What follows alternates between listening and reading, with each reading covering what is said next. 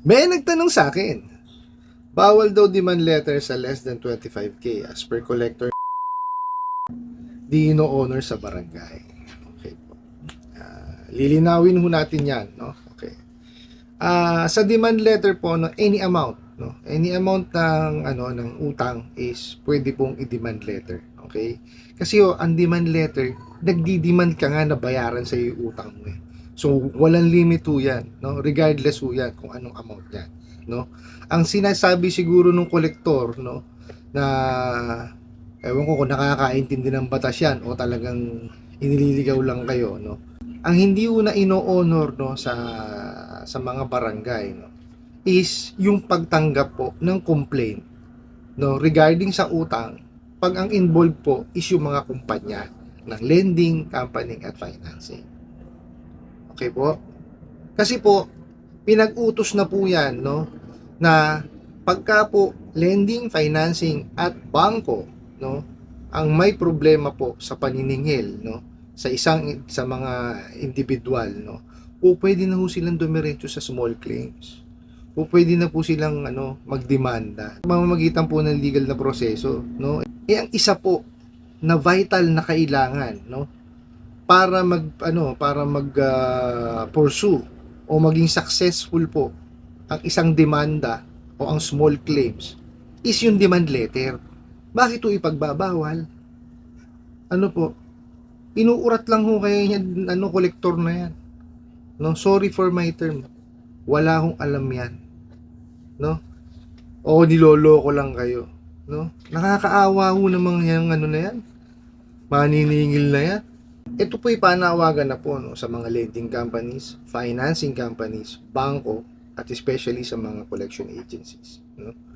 Bago ninyo pakausap, no, yung inyong mga kolektor, no, sa inyong mga kliyente, sana po i-train nyo po muna. Di po ba? Nagmumukha akong tanga eh. Oh, tama ho ba yun? Sabihan yung kliyente pagka below 25,000 hindi ino-honor yung demand letter sa barangay. Hindi ho yun, mali ho yun. Any amount po pwedeng pagawa ng demand letter, no? Demand letter nga eh. Oh, requirement sa korte yan pagka magdidemanda ka. Oh. Tapos sasabihin nyo hindi ino-honor sa barangay. Ang hindi yung ino-honor sa barangay yung pong complaint, no, ng isang kumpanya ng lending, financing at bangko. Oh, apakalayo naman ho nung sinasabi ng kolektor ninyo. Ako katagal ko hong kolektor, no? Napakaswerte ko ho dahil yung mga pinasukan kong kumpanya, no, may mga trainings po bago kami deploy. May training po 'yan. No, hindi ho yan po pwede na magpapautang ho kayo ng pera tapos hindi alam ng mga mga kolektor ninyo kung anong gagawin. Oh, hindi naman po pwede ang kakatok sa bahay, ha? Tapos mananakot. Oh, hindi naman lahat ng bahay o hindi naman lahat ng kliyente ninyo na pupuntahan sa bahay. Pagkatok ninyo, magbabayad agad. Yung iba ho dyan, kinakausap. May nego pa. Oh, makikipag-usap o makikipagnegosasyon kayo tungkol sa paniningil. Sasabihin nyo, bawal na mag-demand letter ng 25k and below dahil hindi tinatanggap sa barangay. Hindi ho ganyan ng paniningil. Di po ba? Ano yung binibigyan nyo ng maling impormasyon yung mga tao? Tuloy yun ang nangyayari. Yun ang sumasaksak sa isip nila. Oh, pagka tuloy nanungutang sa ibang sa ibang lending, ganun na. Ang iisipin nila. Hindi naman ako bibigyan ng demand letter nito eh. Kasi less than 25,000 ang nakuha ko. Hindi ko kayo maintindihan. Diba? Kung ako yung may-ari ng kumpanya niya, tatanggalin ko kayo ng trabaho. Kaya pala kayo hindi makasingil kasi ganyan mga ginagawa niyo eh. Hindi ho ganyan. Wag-hire ho kayo ng nung meron nung mahabang experience, no, na proven at may alam ho sa batas sa paniningil bago kayo mag-deploy ho ng tao sa labas ng kolektor. o bago nyo ipakusap yung mga kolektor ninyo sa mga kliyente ninyo. Hindi ho yung ganyan na kung ano na lang ang masabi ng ano nyo, kolektor nyo. Oh. Kasi yung ano no, itong mahal ko itong trabaho ko na to kaya ho ako ganyan, no?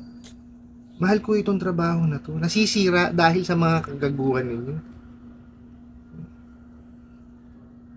Hindi ho hindi tama no? Kung kayo walang balak na bigyan ng training ang inyong mga kolektor, no, bago nyo i-deploy, wag na ho kayong magbukas ng lending tsaka ng financing, no? Or ng collection agency at tsaka bank. No? Kasi nandyan ho, nasa kanila ho ang buhay ninyo Nasa kanila po ang buhay ninyo. 'Di ba? Sige nga ho, sabihin natin, malakas kayong bumenta. Malakas kayong bumenta. Milyon-milyon piso. Ala naman nasisingil. Ano mangyayari sa kumpanya nyo? Magsasara kayo. Di po ba? So, bigyan nyo ng halaga yung inyong mga kolektor, yung inyong mga maniningil, bigyan nyo ng training, yung proper. Di po ba? Tsaka yung mga managers nyo, naku po, ewan ko ba. Dapat yan, kayo na rin nagtuturo niya kung wala man trainer di ba? Huwag nyo wag nyo sinasayang nyo yung industriya na to. Napakamahal ko itong na to. Itong trabaho na to.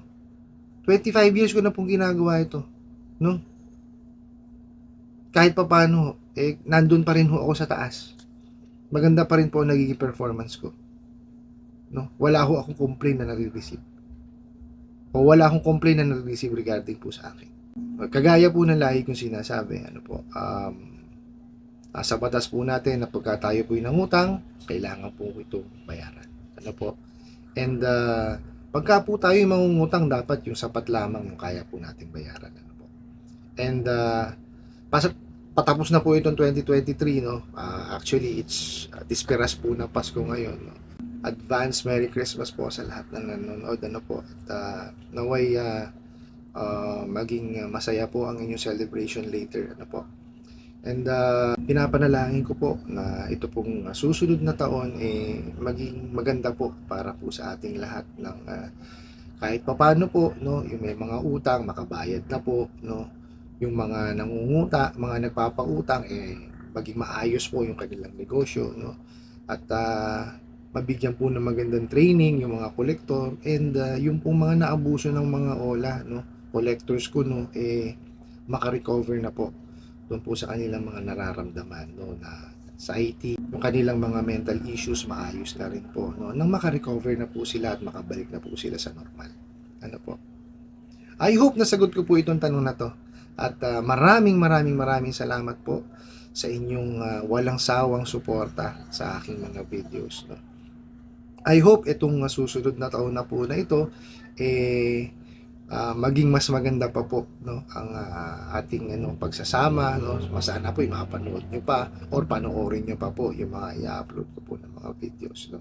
Taos puso po akong nagpapasalamat, no, sa lahat po ng mga nag-share, nag-like, nag-comments, no, at mga nagtatanong po, no, dahil po sa inyo araw-araw po kahit papaano nakakapag post tayo or nakakapaglabas po tayo ng content, no. At kunin ko na po itong opportunity na to para imbitahan ho kayo na suportahan po yung iba ko pa pong mga social media account, no, sa YouTube, Facebook, and TikTok. Maraming salamat po and Merry Christmas. Hanggang sa muli, yun lang.